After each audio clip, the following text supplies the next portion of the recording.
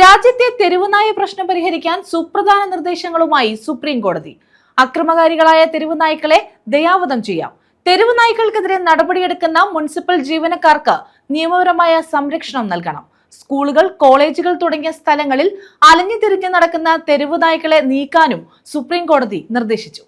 രാജ്യത്തെ തെരുവുനായ പ്രശ്നം പരിഹരിക്കാനാണ് സുപ്രീം കോടതി സുപ്രധാനമായ നിർദ്ദേശങ്ങൾ മുന്നോട്ട് വെച്ചത്. പ്രകടമായും അപകടകാരികളും ആക്രമണാത്മക സ്വഭാവമുള്ള തെരുവുനായകളെ ദയാവധം ചെയ്യാമെന്നാണ് സുപ്രീം കോടതിയുടെ സുപ്രധാന ഉത്തരവ്. ജസ്റ്റിസുമാരായ വിക്രംനാഥ്, സന്ദീപ് മേത്ത, NJ അൻജാരിയ എന്നിവരടങ്ങിയ ബെഞ്ചിന്റേതാണ് നിർണായക ഉത്തരവ്.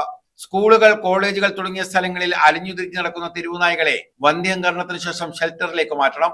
എവിടെ നിന്നാണോ തെരുവുനായകളെ പിടികൂടുന്നത് അവിടെ തുറന്നു വിടരുത് എന്ന മുന്നുത്തരവിൽ ഇടപെടാൻ സുപ്രീം കോടതി വിസമ്മതിച്ചു.